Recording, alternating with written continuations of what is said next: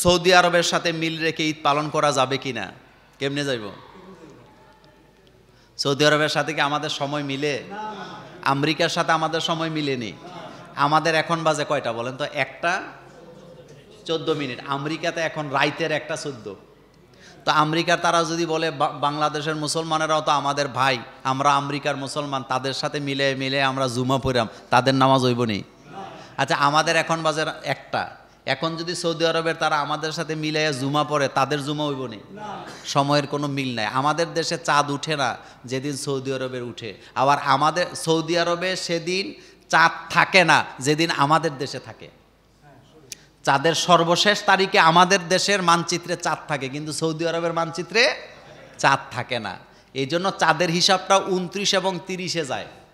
Saudi আরবের সাথে মিলাইয়া হজ করার বা আর কি বলে ঈদ করার কোনো সুযোগ কি নাই, রোজা রাখারও কোনো সুযোগ নাই। কারণ হাদিসের মধ্যে সমস্ত বিশ্বের মুসলমানকে একই দিনে ঈদ কি বলে ঈদ করা, রোজা রাখার কথা বলা হয় না। রাসূল বললেন চাঁদ দেখে রোজা, চাঁদ দেখে ঈদ, চাঁদ দেখে রোজা, চাঁদ দেখে রোজা ভঙ্গ করা। এই জন্য মিলাইয়া করার কোনো সুযোগ নাই। শাশুড়ির সাথে পুত্রবধূর আচরণ কেমন হওয়া উচিত? মায়ের সাথে যেমন হওয়া উচিত। বলেন কার সাথে? একজন পুত্রবধূ তিনি তার ব্রেনে এটা রাখবেন যে এটা আমার স্বামীর মা। কার মা? এই মহিলায় আমার স্বামীরে পেটে ধরার কারণে আমি আমার স্বামীরে পাইছি। কথা কন না কেন? বাংলাদেশে যে সমস্ত পুত্রবধূরা ঘাটতেরামি করো, তোমাদের বলি বোন রে, তুমি যে তোমার জামাইরে পাইছ, একেবারে তোমার স্বর্ণের নেকলেস কিনে দেয়, তো তোমার শাশুড়ির কারণে তোমার জামাই পাইছ। কার দ্বারা সিন্নি খাইলি?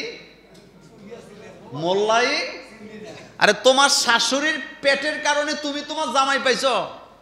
তোমার শাশুড়ি তারে লালন পালন করছে, দুধ খাওয়াইয়া বড় করার কারণে এখন তোমার স্বর্ণের নেকলেস কিনে দেয়, তোমার ব্যাংকে অ্যাকাউন্ট করে তোমার নতুন জামা কাপড় কিনে দেয়, তোমার অ্যান্ড্রয়েড সেট কিনে দেয়, তোমার হ্যাপি বার্থডে টু ইউ কয়।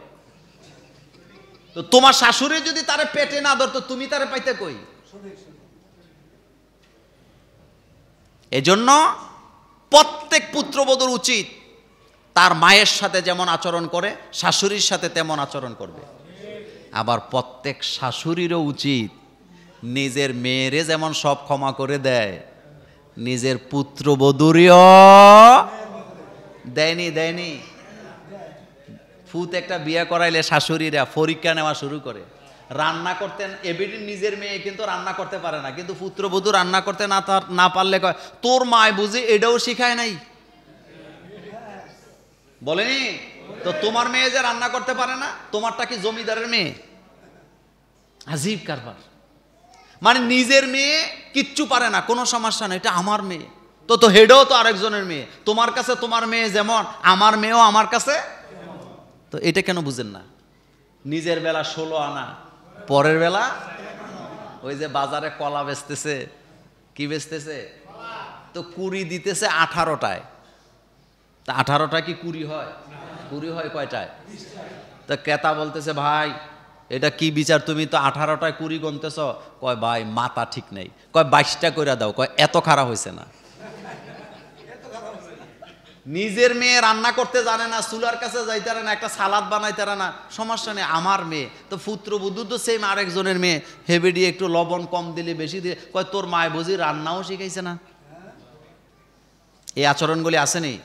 এক কথায় বলে দিলাম, শাশুড়ির সাথে পুত্রবধূর আচরণ হবে নিজের মায়ের মতো। বলেন নিজের মায়ের মতো।